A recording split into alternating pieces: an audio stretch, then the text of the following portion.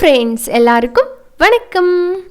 இன்றைக்கி நம்ம நிக்கிஸ் கிச்சனில் நம்ம பார்க்க போகிறது நல்ல சத்தான ஒரு புரோட்டீன் மில்க் எப்படி பண்ணுறது அப்படிங்கிறத பார்க்கலாங்க.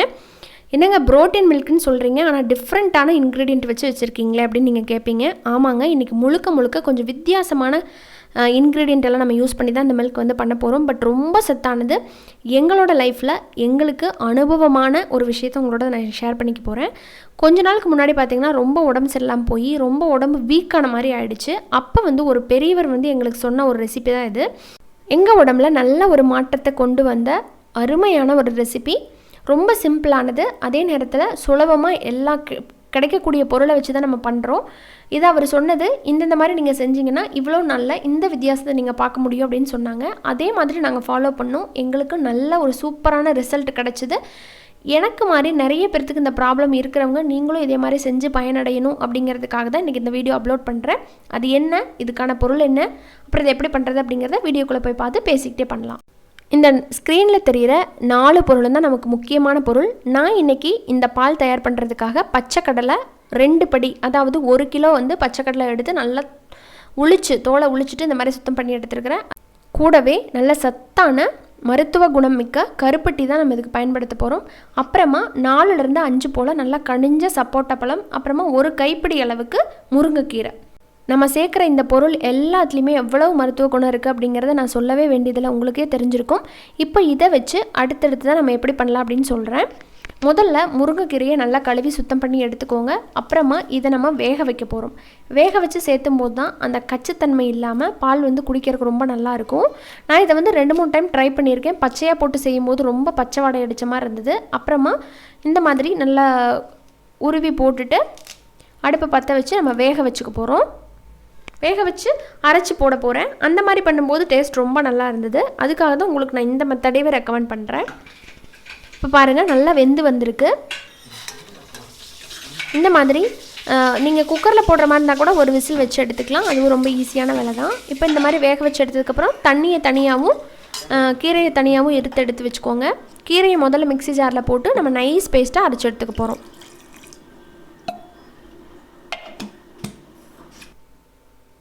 எல்லா ப்ராப்ளத்துக்கான சொல்யூஷனுமே பார்த்திங்கன்னா உடம்பு ரீதியாக இந்த முருங்கைக்கீரையில் இல்லாத சத்துக்களே கிடையாது. அவ்வளோ சத்துக்கள் இருக்குது. ஸோ வாரத்தில் 2 டைம் 3 டைம் இது அதிகமாக சேர்த்துக்கணும். இப்போ பாருங்கள், நல்லா அரைச்சி எடுத்துகிட்டு வந்தாச்சு. அடுத்து தான் நம்ம தொளிச்சு எடுத்து வச்சுருக்கிற இந்த கடலை இருக்குது பார்த்திங்களா, இதையும் நம்ம சேர்த்துட்டு தண்ணி சேர்த்து இதிலிருந்து பால் எடுத்துக்க போகிறோம். நம்ம ஒரு சொட்டு கூட பசும்பாலோ அப்புறமா தேங்காய் பால் இந்த மாதிரிலாம் ஆட் பண்ண போகிறதில்ல. முழுக்க வேர்க்கடலை வச்சு தான் நம்ம பண்ண போகிறோம். அதனால தான் இதுக்கு வந்து புரோட்டீன் மில்க் அப்படின்னு நான் சொன்னேன் பேர். இப்போ கொஞ்சமாக தண்ணி சேர்த்து இதை நைஸாக அரைச்சி எடுத்துகிட்டு வந்துடலாம். உங்களுக்கு வேணால் 2 பேட்சாக கூட நீங்கள் போட்டு அரைச்சிக்கோங்க. இப்போ அரைச்சி எடுத்துகிட்டு வந்தாச்சு. இது ஒரு வடிகட்டி வச்சு நல்லா பாலை வந்து புழிஞ்சு எடுத்துக்கலாம். இதில் வந்து தண்ணி சேர்த்து தான் நம்ம அரைக்கிற மாதிரி இருக்கும். அதனால் பரவாயில்ல, கொஞ்சம் கொஞ்சமாக தண்ணி சேர்த்து நீங்கள் அரைச்சிக்கோங்க.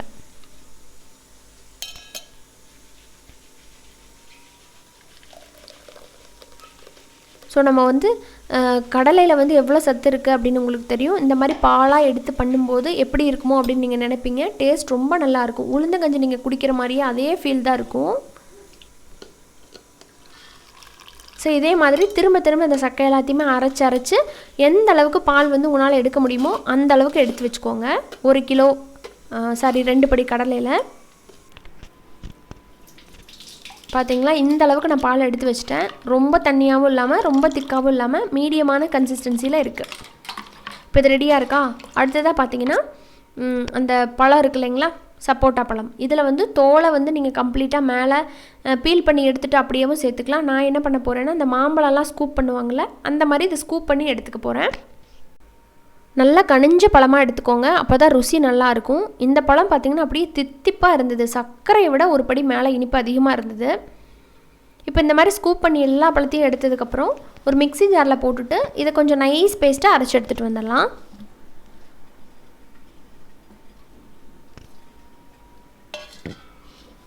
இப்போ வந்து சப்போட்டா சீசன் நினைக்கிறேன். நீங்கள் ஈஸியாக இந்த மில்க் ஷேக் வந்து பண்ண முடியும். இப்போ அடுத்து தான் இப்போ பாருங்கள், அரைச்சி எடுத்துகிட்டு வந்துட்டேன். இப்போ இதுவும் ரெடியாக இருக்குது.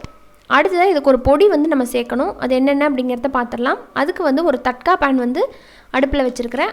சூடானதுக்கப்புறம் இதில் ஒரு சின்ன துண்டு வந்து சுக்கு சேர்த்துக்கிறேன். அப்புறமா ஒரு 10 போல் மிளகு,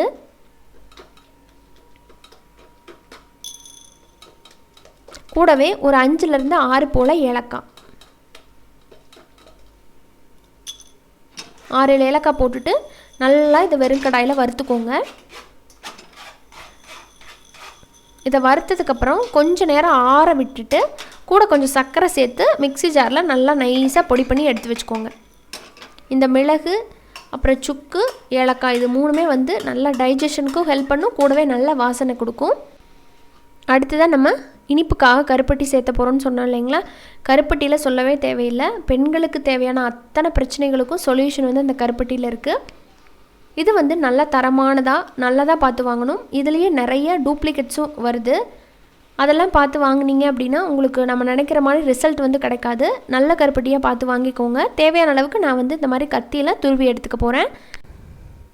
அப்புறம் பார்த்திங்கன்னா பெண்கள் அப்புறம் சின்ன வயசு பெண் குழந்தைங்க வச்சுருந்தீங்கன்னா நீங்கள் தாராளமாக இந்த காப்பிக்கு இந்த கருப்பட்டியை போட்டு கொடுக்கலாம். இதில் வந்து நம்ம பாகு பண்ணி வச்சுக்கிட்டோம் அப்படின்னா சுலபமாக எடுத்து யூஸ் பண்ணுறதுக்கு ஈஸியாக இருக்கும். நான் அந்த மாதிரி தான் பண்ணி வச்சுப்பேன். இன்றைக்கி அது காலி ஆகிடுச்சு, அதனால் நான் இன்றைக்கி வந்து வடிகட்டி பண்ணிக்க போகிறேன். அந்த பாகு ரெசிபி நான் கூடிய சீக்கிரத்தில் அப்லோட் பண்ணுறேன். ரொம்ப ஈஸியாக இருக்கும். இப்போ இதை பார்த்திங்கன்னா கொஞ்சமாக தண்ணி சேர்த்து நம்ம வந்து கல் மண் இல்லாத மாதிரி கரைச்சி ஃபில்டர் பண்ணி எடுத்து வச்சுக்கணும். அவ்வளோதான். அந்த மாதிரி பண்ணி எடுத்து வச்சுக்கலாம். அடுத்து இப்போ நம்ம தேவையான பொருள் எல்லாம் ரெடி ஆகிடுச்சு. வேர்க்கடலை பால், கூடவே சப்போட்டா பேஸ்ட், அப்புறமா ஏலக்காய், சுக்கு, மிளகு போட்ட அந்த பவுடர், அப்புறம் முருங்கைக்கீரை பேஸ்ட், அப்புறம் நம்ம வடிகட்டி எடுத்து வச்ச கருப்பட்டி தண்ணி. இப்போ வந்து நம்ம காய்ச்ச ஆரம்பிச்சிடலாம். அது கொஞ்சம் அகலமான பாத்திரமாக எடுத்துக்கோங்க, கிளறதுக்கு ஈஸியாக இருக்கும். இப்போ இதில் முதல்ல நம்ம வேர்க்கடலை பால் சேர்க்கணும். நம்ம வந்து பச்சைக்கல்லையே எடுத்து அப்படியே வந்து உளிச்சு அரைச்சிருக்கோம். இப்போ இது நல்லா வேகணும் இல்லைங்களா. கடலையை வந்து வேக வைக்கிறதுக்கு எவ்வளோ டைம் எடுக்கிறோம், அதே மாதிரி இதையும் ஒரு 10லேருந்து 15 நிமிஷம் போல் நல்ல ஒரு மீடியம் டு லோவில் வச்சுட்டு இதோட பச்சை வாசம் கம்ப்ளீட்டாக போகணும். அப்போ தான் வயிறு வலி அந்த மாதிரி எதுவுமே வராமல் இருக்கும். இதை நல்லா வேக வச்சு எடுத்துக்கலாம். இப்போ பால் பாருங்கள் நல்லா கொதித்து சுண்டி வந்துக்கிட்டு இருக்கு. இது திரியவெல்லாம் தெரியாது, நீங்கள் பயப்பட தேவையில்லை. தேங்காய் பால் மாதிரி தெரிஞ்சு போயிடுமா அப்படின்னு சில பேர் கேட்பீங்க, அவங்களுக்காக சொல்கிறேன். அடுத்ததான் இதில் நம்ம அரைச்சி வச்சுருக்கிற சப்போட்டா பேஸ்ட்டை சேர்த்துக்கலாம். சப்போட்டா வந்து நல்ல இனிப்பான பழமாக இருக்கும் அப்படின்னா நீங்கள் வந்து இந்த கருப்பட்டியோட அளவை வந்து குறைச்சிக்கணும். அது வந்து அந்த பழத்தோட இனிப்பை பொறுத்து தான். அப்புறமா நீங்கள் எந்த அளவுக்கு இனிப்பு குடிப்பீங்களோ அதுக்கு தகுந்த மாதிரி வந்து கருப்பட்டியை வந்து கரைச்சி எடுத்துக்கோங்க. இப்போ அடுத்து இதில் நம்ம வேக வச்சு அரைச்சி எடுத்து வச்சுருக்கிற முருங்கைக்கீரை பேஸ்ட் அதையும் சேர்த்துட்டு நல்லா மிக்ஸ் பண்ணி விடணும். நான் சொன்ன மாதிரி முதலையே வேர்க்கடலை பழம் வந்து நல்லா கம்ப்ளீட்டாக பச்சை வாசம் போகிற அளவுக்கு கொதிக்க வச்சதுக்கப்புறம் அடுத்தடுத்த பொருள் ஆட் பண்ணுங்கள். இல்லாட்டி ரொம்ப அந்த ஸ்மெல் வந்து ஒரு மாதிரியாக இருக்கும். பச்சை வாசம் போயிடுச்சுன்னா டேஸ்ட் நல்லாயிருக்கும். இப்போ இதில் தண்ணி கொஞ்சம் தேவைப்படுற மாதிரி இருக்குது. இப்போ நான் அந்த முருங்கைக்கீரை வேக வச்சேன் பார்த்தீங்களா, அந்த தண்ணியவே ஊற்றிக்கிறேன். அதில் நிறைய சத்துக்கள் இருக்கும் இல்லைங்களா, அதனால் அதே தண்ணியை ஊற்றிட்டு கரெக்டான கன்சிஸ்டன்சி நம்ம அளவாக எடுத்துக்கணும். ரொம்ப திக்காக இருந்ததுனால குடிக்க முடியாது, தண்ணியாட்ட போனாலும் அந்த மில்க் மாதிரியே இருக்காது. இப்போ கடைசியாக பார்த்திங்கன்னா கருப்பட்டி சேர்த்துக்கிறேன். எனக்கு வந்து ஒரு பயமாயிடுச்சு. என்ன அப்படின்னா ஒரு சில டைம் கருப்பட்டி திரையிறது கிடையாது, ஆனால் ஒரு சில டைம் கருப்பட்டி வந்து இந்த மாதிரி பாலில் சேர்க்கும் போது திரைஞ்சிருமோ அப்படின்ட்டு நான் லைட்டாக ஒரு கொதி மட்டும் விட்டு விடாங்காட்டி இப்போ அந்த வறுத்து அரைச்சி வச்சுருக்கிற அந்த பவுடர் இருக்கு இல்லைங்களா, ஏலக்காய், சுக்கு, மிளகு அது எல்லாத்தையும் போட்டு நல்லா ஒரு மிக்ஸ் பண்ணிவிட்டு லைட்டாக ஒரு கொதி வந்தோடனேயுமே நான் எடுத்துட்டேன். கரெக்டாக இருந்தது. எனக்கு வந்து ஒரு பயம், அவ்வளோதான். சில டைம் அது வராது அப்படின்னு ஷுவராக தெரிஞ்சால் கூட தெரிஞ்சு போயிடுச்சுன்னா ஹோல் மில்கே வேஸ்ட்டாக போயிருமே. இவ்வளோ இன்க்ரீடியன்ட் நம்ம கலெக்ட் பண்ணி வேஸ்ட்டாக போயிடக்கூடாது இல்லைங்களா. அதனால் இதே மாதிரி இதே அளவுகளோட இந்த புரோட்டீன் மில்க் ஷேக்கை நீங்கள் கண்டிப்பாக செஞ்சு பாருங்கள். இதோட பெனிஃபிட் என்ன அப்படிங்கிறத நான் சொல்கிறேன். எனக்கு உடம்பு வந்து ரொம்ப வீக்காக இருந்தது. அப்போ நார்மலாக செய்கிற வேலைகள் கூட செய்ய முடியாமல் போயிடுச்சு. நிறைய சிரப்பு, டேப்லெட்ஸு, அப்புறமா நிறைய மருந்து மாத்திரைகள்லாம் சாப்பிட்டேன். அதுக்கெல்லாம் ஏன்னு கூட கேட்கல. அப்போ இந்த கஞ்சி தான் பார்த்திங்கன்னா எனக்கு நல்ல மாற்றத்தை கொண்டு வந்தது. நிறைய பேர் சொல்லுவாங்க, ஒரு 10 வருஷத்துக்கு முன்னாடியெல்லாம் நான் இருந்ததே ஆளே வேறு, இப்போ என்னால் எந்த வேலையும் செய்ய முடியல, இப்போ தெம்பே இல்லாத மாதிரி இருக்குது அப்படின்னு சொல்லுவாங்க. அவங்க ரொம்ப வீக் ஆகிட்டாங்க அப்படின்னு அர்த்தம். இந்த கஞ்சியை தொடர்ந்து ஒரு 21 நாள் குடிச்சிட்டு வந்தாங்க அப்படின்னா அவங்களோட பழைய வேகம் இருக்கு இல்லைங்களா, அந்த வேகம் திரும்ப கிடைக்கும். ஹீமோக்ளோபின் லெவல் வந்து அதிகமாகும், சுறுசுறுப்பாயிடுவாங்க. இந்த ரத்த சோகை பிரச்சனை, அனிமியா அப்படின்னு சொல்கிற பிரச்சனையெல்லாம் போயிடும். நோய் எதிர்ப்பு சக்தி அதிகமாகும். முடியெல்லாம் கொட்டி ரொம்ப ஒரு மாதிரி போனவங்களாம் முடியெல்லாம் நல்லா வளர்ந்து தெளிவாக வந்துடுவாங்க. பட் ரிசல்ட் வந்து 21 நாள்லேயே கிடச்சிருமா அப்படின்னா கிடையாது. 21 நாள் குடிங்க, அதுக்கப்புறம் கொஞ்சம் கொஞ்சமாக உங்கள் உடம்புல மாற்றத்தை வந்து நீங்களே கண்கூட பார்க்கலாம். நிறைய பேர்த்துக்கு வந்து உடனே மாற்றங்கள் தெரியாது, கொஞ்சம் லேட் ஆகும்.